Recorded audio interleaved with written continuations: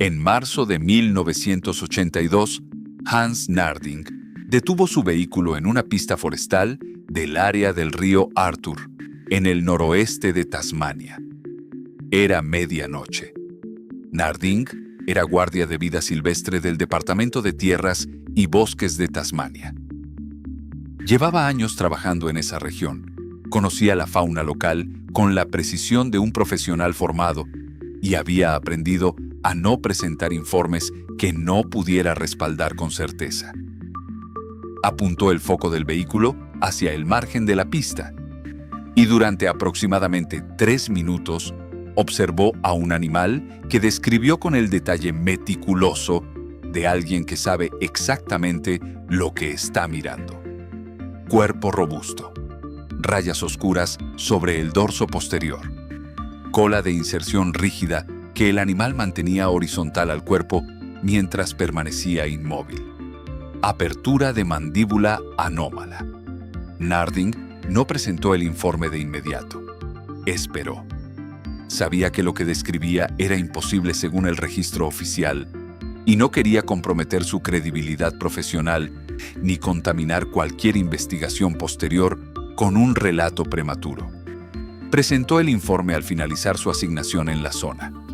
El informe existe. Está en el registro histórico. Narding fue considerado por sus colegas como uno de los observadores de fauna más rigurosos y confiables que trabajaron en Tasmania durante ese periodo. Y 1982 está a 46 años de distancia del año en que la ciencia declaró extinto al animal que describió. El tilacino, Tilacinus cynocephalus, fue declarado oficialmente extinto en 1936. La muerte de Benjamín, el último individuo en cautividad, el 7 de septiembre de ese año, en el zoológico de Hobart, cerró un expediente que el registro científico no había abierto en condiciones ideales.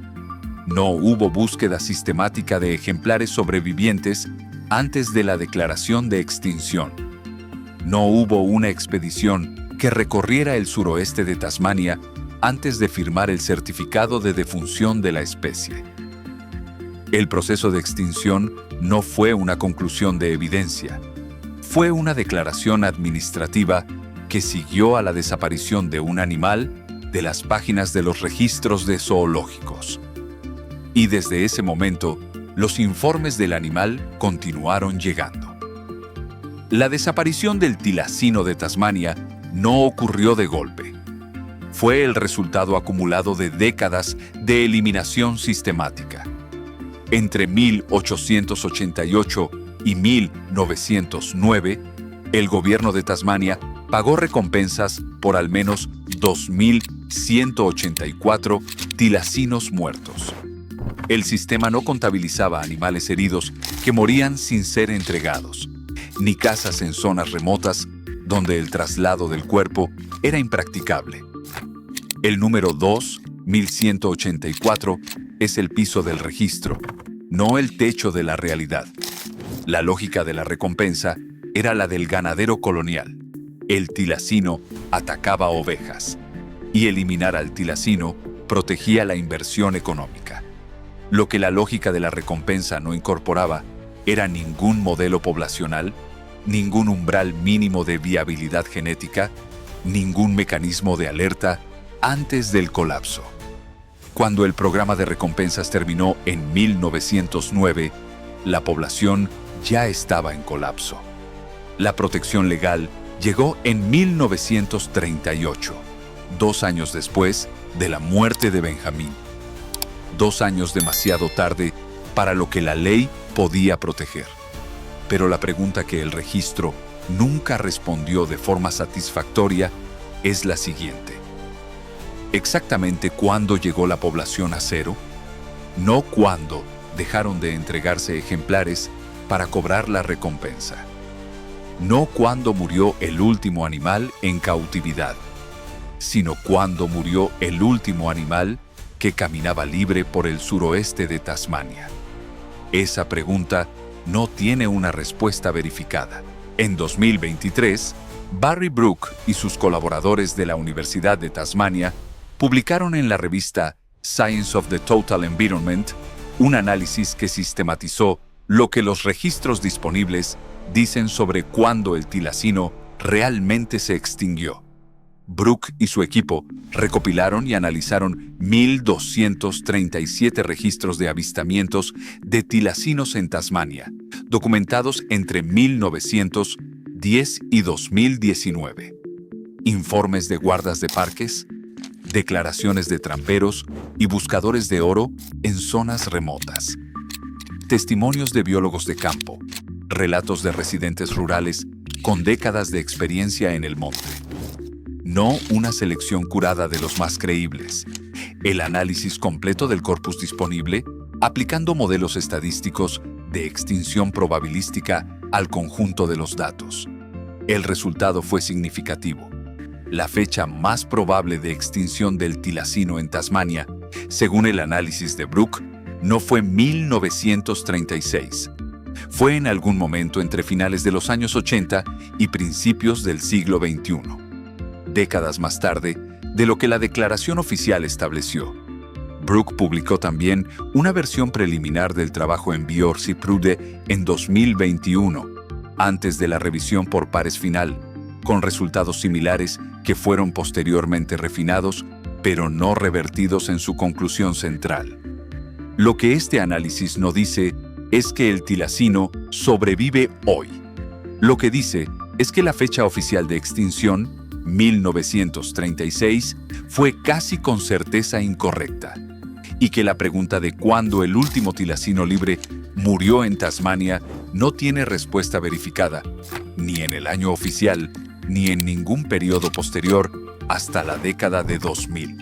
Para entender por qué los avistamientos posteriores a 1936 son posibles y por qué la pregunta no puede cerrarse con certeza, hay que comprender lo que es el suroeste de Tasmania.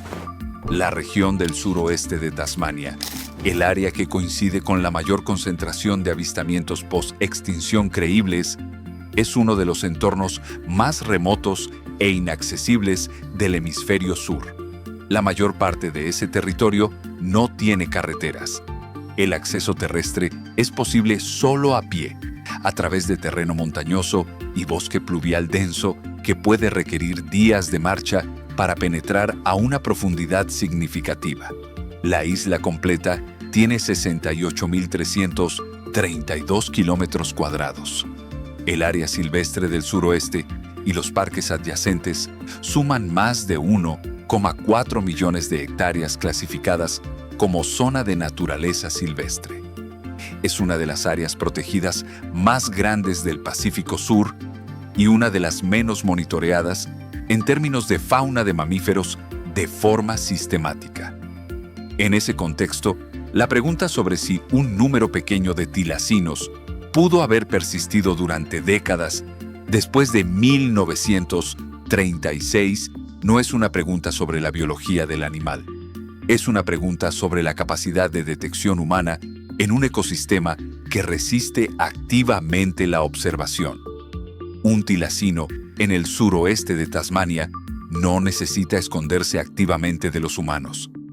Solo necesita permanecer en un territorio donde los humanos raramente van. Y en el suroeste de Tasmania, eso describe la mayor parte del terreno disponible. El avistamiento de Hans Narding en 1982 no fue el único que siguió a la declaración oficial de extinción. Fue uno de los más detallados y el de mayor credibilidad documentada, pero operaba dentro de un patrón más amplio. En 1983, el Departamento de Fauna de Tasmania organizó la primera búsqueda sistemática de tilacinos en el suroeste como respuesta directa al informe de Narding. La expedición, que incluyó el despliegue de cámaras trampa en puntos estratégicos, no produjo confirmación. Pero el hecho de que la institución invirtiera recursos en una búsqueda sistemática indica que el informe de Narding fue evaluado internamente con suficiente credibilidad como para justificar la inversión. La búsqueda de 1983 no fue la última. A lo largo de las décadas siguientes, varios proyectos de búsqueda, tanto gubernamentales como privados, fueron realizados en el suroeste de Tasmania. Ninguno produjo una confirmación verificable mediante muestra biológica o fotografía inequívoca, pero los avistamientos reportados no cesaron. Una revisión publicada por Australian Geographic en 2024, revisando el estado actual del debate, documentó que los relatos de observaciones de animales compatibles con el tilacino continuaban siendo presentados por observadores con credenciales de experiencia en campo. La publicación señalaba que el patrón consistente en las descripciones, la cola rígida, la apertura de mandíbula anómala, las rayas, el galope poco común entre marsupiales, no correspondía a ninguna especie actualmente conocida en Tasmania. Ninguna de esas descripciones constituye prueba. Pero su acumulación sistemática a lo largo de casi un siglo post-extinción tampoco se disuelve en el silencio con facilidad. El término especie Lázaro no es una metáfora popular. Es un término técnico en biología de la conservación que designa a especies que reaparecen en los registros científicos después de haberse dado por extintas. El ejemplo más citado es el celacanto, Latimeria chalumnae, redescubierto vivo en 1938 después de haberse considerado extinto durante 65 millones de años. Pero el celacanto no es el único caso. El pécari del Chaco, Catagonus wagneri, se conocía únicamente por fósiles del Pleistoceno hasta que fue redescubierto vivo en Paraguay en 1975.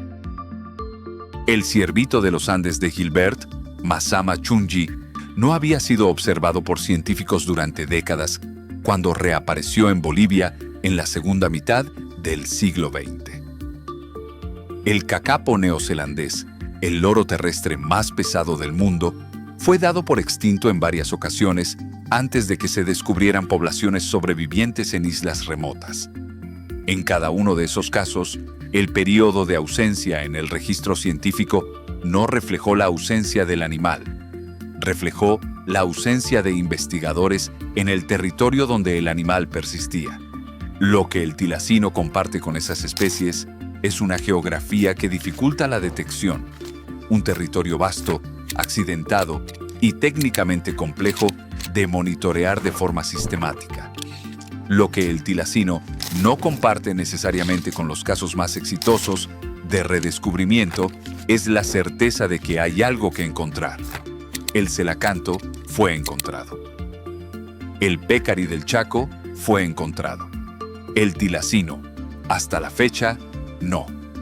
Pero la categoría de especie Lázaro existe porque hubo casos en que la ciencia firmó el acta de defunción y el animal no la leyó.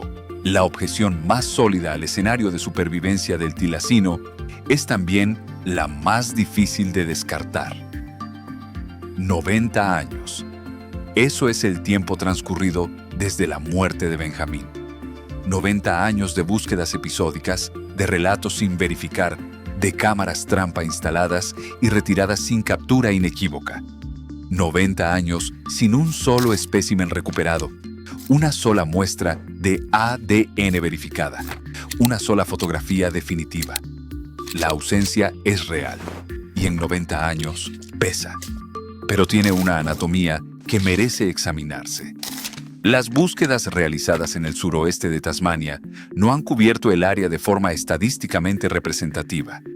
Las cámaras trampa instaladas en las expediciones más completas han representado un esfuerzo de muestreo que, expresado en kilómetros cámara, equivale a una fracción pequeña de la cobertura necesaria para declarar con certeza la ausencia de una especie esquiva y de baja densidad en ese ecosistema.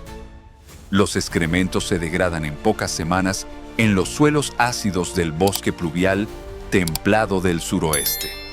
Los huesos de animales muertos desaparecen en meses. Si la población de tilacinos, que eventualmente se extinguió después de 1936, era pequeña.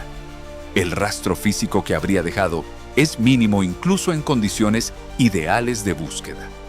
Y las condiciones de búsqueda en el suroeste de Tasmania no son ideales. Son técnicamente adversas. La pregunta no es si 90 años de ausencia de evidencia es significativa. Lo es.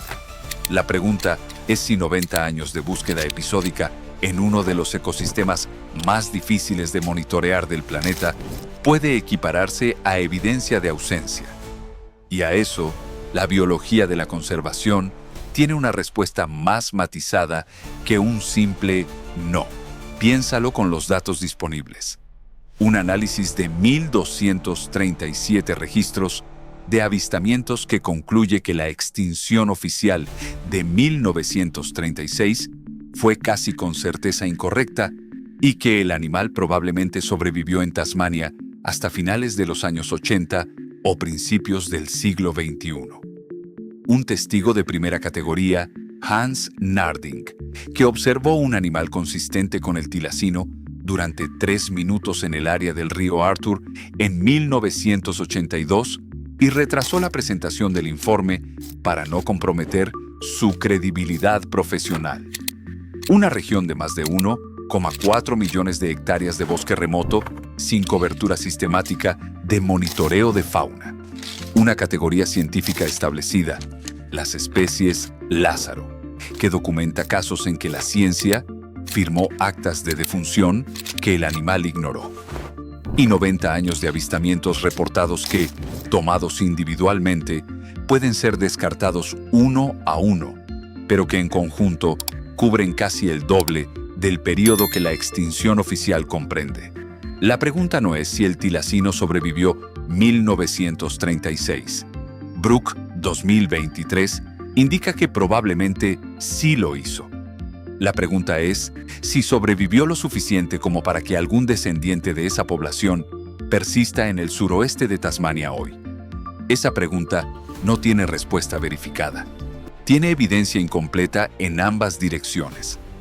Y la dirección en que la evidencia es más incompleta es la dirección de la búsqueda activa en los territorios más remotos, donde las condiciones técnicas hacen que cualquier respuesta negativa sea difícil de interpretar con certeza.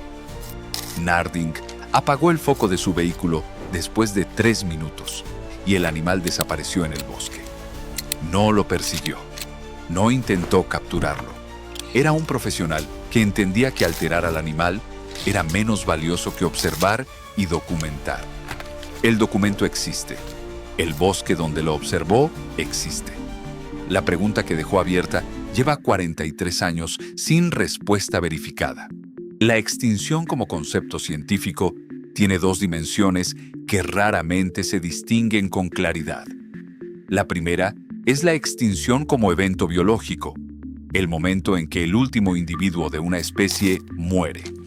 La segunda es la extinción como declaración científica, el momento en que la comunidad científica firma el certificado de defunción. Esas 2 dimensiones no siempre coinciden.